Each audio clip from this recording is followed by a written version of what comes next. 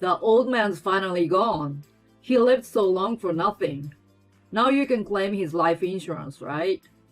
I can finally be compensated for the misfortune of getting married to you. Show me how much you're getting now. I have no interest in joining your impoverished dad's hick funeral. The words that came out of my husband's mouth were no condolence, but pure insults to my dad and me at the funeral. Not only that, here, my contribution to a gift of assistance. Pick them up. Ching ching. He threw coins from his pocket at me and let out the scornful laugh. There was no sign of the kind man who gave me the lucky silver dime and encouragement in the past. How did it all come to this? My vision was blurred by tears of rage and misery. Suddenly, a man appeared in front of me. He plays a crucial part in what was to come next. I was 35 years old, working at a confectionery plant. My ex-husband and I met at the previous work. I was a fresh graduate and had no clue what I was doing at work. Why am I making so many mistakes? Everyone else but me is getting it right. I thought we all had minor flaws at first, but I kept struggling to learn the new tasks. We all worked independently, and the company didn't create a friendly environment to support each other, so I was totally lost. When I made mistakes, my colleagues were burdened. I was the type to drag my mistake with me, so I was getting crushed by their weight. One day, it became too much to bear, and I hid crying in a corner of a small kitchen at work. A guy who happened to find me there was my ex-husband. What's wrong? You want to talk? Thank you. I made a mistake again. He was 2 years older than me and had been working there for a while. He listened to my gloom and doom and made me smile. What a nice guy, I thought to myself and calmed down a bit in his presence. My ex remembered something and pulled out his wallet. He picked a coin and said, "This is a lucky silver dime from 1944. I hope this brings you much good luck. Here." I swore to myself that I would always keep it with me no matter what. I was head over heels for him afterward and asked a colleague to help to get closer to him. We eventually started dating and fell in love with each other, so we got married. I was purely ecstatic about our happy life together, but there was one person who didn't agree with me. It was my dad, who was devoted his daily farm all his life. He was a man of few words and had never spoken to me much growing up, but he had a clear objection to my marriage. "I believe it's a rush to get married to him now. I don't trust him. He looks like a nice guy, but I sense there is someone else hiding. You should wait a little longer and got to know him better." Wait, I choose him. How do you know he is or isn't good for me after meeting him once? Besides, you've never given me any fatherly advice before, and now you put on your father's mask and give me a lecture? I am an adult. I don't need your permission. Hearing him against my decision for the first time, I became upset and blamed him more than I should have. He never said a word about it after that. I ignored his warning, got married, and left home. We had never gotten in touch since then. It's all good. I have my husband. I'm happy with my marriage. I chatted to myself and pretended there was nothing wrong in my life. The truth was, my reality wasn't going the way I imagined. A little after we got married, my ex started acting arrogant toward me. "Hey, where's my dinner? Didn't I tell you to clean the house? Aren't you embarrassed living in a mess like this? I want to wear this tomorrow, so iron it. And don't forget to polish my shoes." Even though he treated me badly, I tried my best to balance my work and home life. I managed to perfect housework, not to be criticized. My ex took it for granted and never showed his appreciation to me. "Yay me! Good job!" Huh? Of course, you should be able to do all this as a wife. Your screw must be loose, asking for a compliment. If this was praiseworthy, you should get on your knees and thank me for my job. He got promoted to manager, which he used to disgrace me all the time. All your work proposals are lame and boring. They show you were born and raised in the dead of the countryside. Your existence stinks of mud.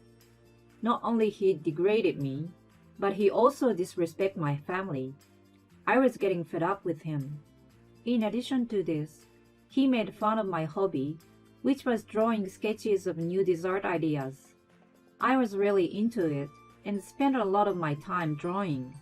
He shrugged them off and criticized them as terrible design and said I was wasting my time. In the end, he escalated to looking down on my family and the daily products that were sent to us. Ew, smell of a savage. Send me T-bone instead. It's a shame your family is too poor to send me anything of value. He spat out his venom. What a moron. It was disgusting that he couldn't appreciate the kindness of others. I should have told him off, but I dislike confrontation and couldn't stand up for myself. I was also worried about being lost without him if he kicked me out. I wouldn't have had anywhere to go. The thought of it kept me from arguing with him. He knew he had control over me, so his behavior worsened. One day, I cooked a white stew using the milk from my family. As I kind of expected, ew, it smells rancid. Stinks of poverty. I can't eat poor people's food. He viciously criticized. To be honest, I was prepared for his slamming and was going to just shrug it off. But he went a step farther this time. Before it stinks up the whole house with the odor of poverty, I'm gonna trash it. I feel like I'm in jail being served such food. Seriously, you're the worst wife. He dumped the pot with the stew inside into a bin. I finally exploded and started yelling. How could you throw the food I took time to make? You're disgusting to waste perfectly good food like that. Instead of apologizing, he snapped back. Blah, blah, blah. You're so dull, useless, and annoying. Who do you think you're speaking to? I'm better than you. You're just the weight on my shoulders. Don't need you anymore. And then he scornfully told me why he married me. I thought a 35-year-old hag would have a lot of savings. You seemed like you were out of the dating loop all your life. I just wanted to take your money and use you like a child robot. You wanted me anyway, so it's a win-win, right? I was aghast by his unjust and malevolent revelation, and his nonchalant demeanor. Was the reason we delayed our marriage to make me save more money? It was all your scheme?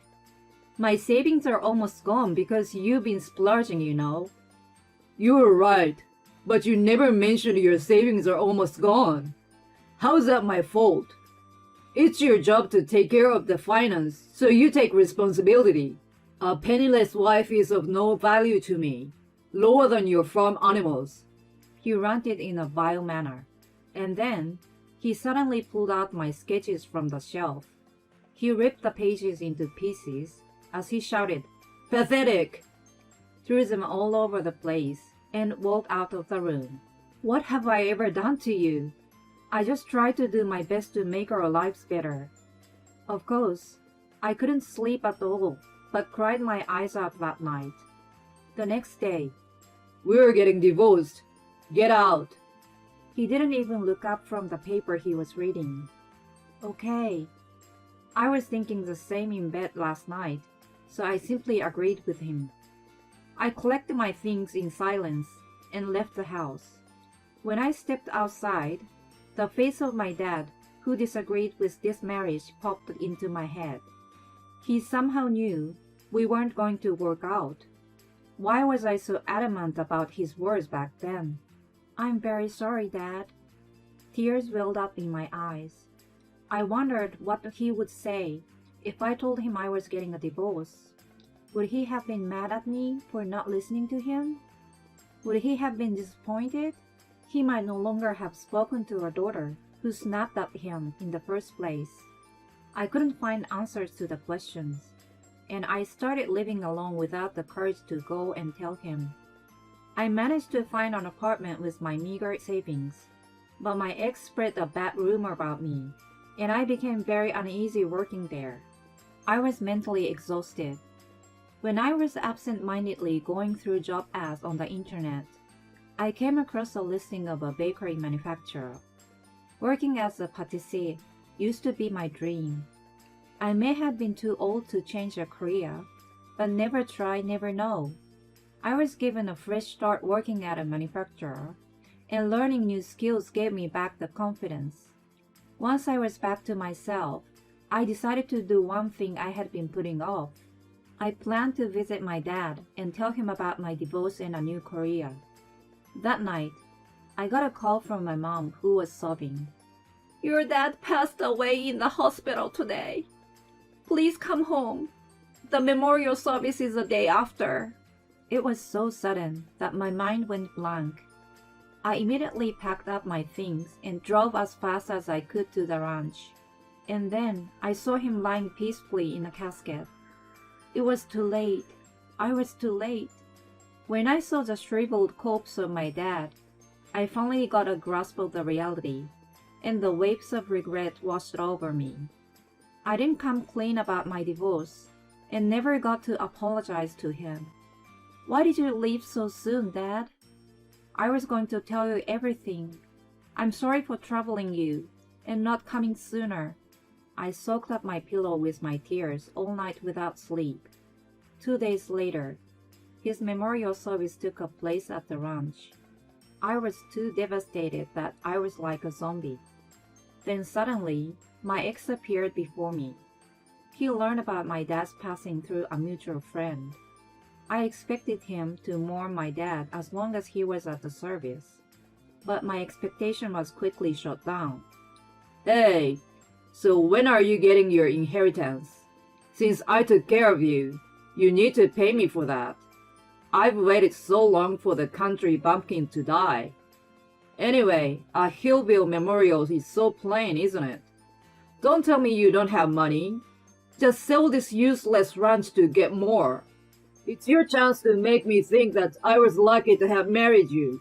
Even on such a solemn occasion, my ex showed his despicable self and tried to dishonor my dad and me. "Leave now. There's no place for a bioman here." I was outraged by his immoral behavior. He didn't care and continued with his rant. Pay me then, I will leave. I don't even want to be in this hick town. You always make things complicated with me, so it takes longer than needed. That's why I divorced you. He sniggered, blaming me for our divorce. Even though we were at the far corner of the room, away from the others, people were starting to get curious about us. Here, my contribution to a gift of assistance. He suddenly put a scornful smile, as if a great idea came into his head, and shoved his hand in his pocket. So the wicked perish at the presence of me. He imitated a priest performing an exorcism and threw the coins at me. Ching ching. The sound of coins hitting the floor echoed through the room. He kept his dreadful smile on his face and picked up a dime from the floor. I exactly knew what he meant. Where did the kind guy I first met go? He gave me the lucky silver dime. How did it all come to this? My tears flowed uncontrollably from the despair. Then, a man walked up in front of me. I apologize for my delay. My deep condolences to you. I'm very sorry about your dad. A man in a luxurious suit spoke to me. My ex looked surprised and pushed me aside. He quickly put on a broad smile and raised his hand to shake the man's hand. The man happened to be his important contact for the big project he had been working on. He was blabbing non-stop to the man, who glanced at me over my ex's shoulder. My ex saw it and then started shaming me. She's my useless ex-wife. She thinks crying would make everything better. She sits high up on the throne and have no intention of improving herself. I'm too ashamed that I was just giving her a lecture. He laughed lightheartedly. He must have been high, thinking he looked like an authoritative figure, but the man remained stoic and spoke calmly. I take back the contract with your company. What? The blood drained from my ex's face hearing the man. She is a key person in the project. I would never associate with a company that humiliates my excellent employee in public. This dull woman is your excellent employee? Must be some mistake. Ignoring my ex, who was going frantic, the man called his boss on the spot and said the contract had been cancelled. Then my ex's phone rang immediately after. His voice was trembling and kept apologizing into his phone. My dad's ranch was a small scale, but the quality of his product was known to be one of the best in the industry. The taste was even praised by famous pâtissiers. It was a pure coincidence that I started working at my current job. My big boss was a fan of my dad's milk and butter, and trusted my sense of taste that had been nurtured by the top quality. My dad didn't tell my ex about his ranch in detail, and I too never boasted about my family business, so he never found out the truth. Looking back on it, I thought maybe my dad was testing his character. My ex finished his call and turned to me with a ghost-like face. He must have thought that his career was over without this project. He all of a sudden changed his demeanor and pleaded with me. Please, talk to him and make him change his mind. I didn't really mean to harm you. Please forgive me. An apology only for the sake of self-preservation. I had reached my boiling point and let out all my frustration to him. Huh? You self-centered bastard? What are you talking about? Do you think crying would make things better? Right back at you. One of the sketches you tore apart that day is the origin of this project. Now you want to sell my lame crepe made with my dad's milk that you said stunk of poverty? The project that my ex was working on for the company was the sales of crepes I created and supervised using a cream made from fresh milk from my dad's ranch. When he found out the detail, No one told me. Why haven't you mentioned it to me? He snapped at me and kicked the chairs around him. The man stoically picked up the chairs and put them back in place. You may not realize, but there are many people from our industry here. There is no point in resisting anymore. Your misdemeanor will be spread in no time. You have no place. My ex fell to the floor in desperation and pleaded with me. Please help me. I'm gonna lose everything. I apologize for what I have done, so please. He clung to me miserably. Well, I owe you for something. I intentionally used a sweet tone of voice. He looked up at me smiling, thinking he was saved. Looking at my egocentric ex, I hammered the final nail in the coffin. This would be my last payment to you. I grabbed the lucky silver coin he gave me when we first met from my purse, lowered it to his eye level, and then dropped it on the floor. You make your own luck. Hope you understand that someday.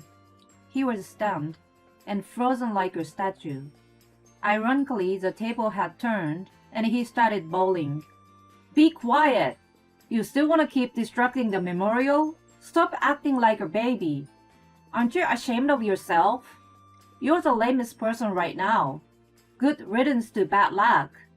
There was absolutely nothing he could do or say, so he ran out of the house with his tail between his legs.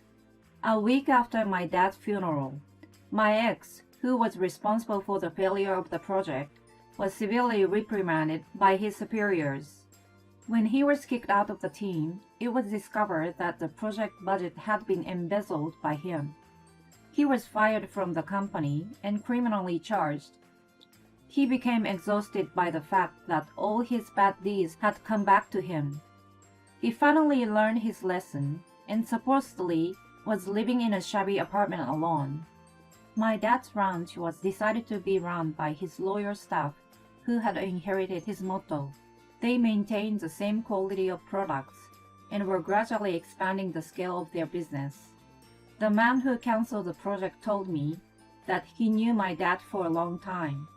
He met up with my dad after I was hired by his company. Your daughter is putting a lot of effort into her work amidst her divorce. I would like to support her as much as I can. He had blurted out about my divorce, but I was thankful that my dad at least knew. Oh, she's divorcing. I guess my instinct was right.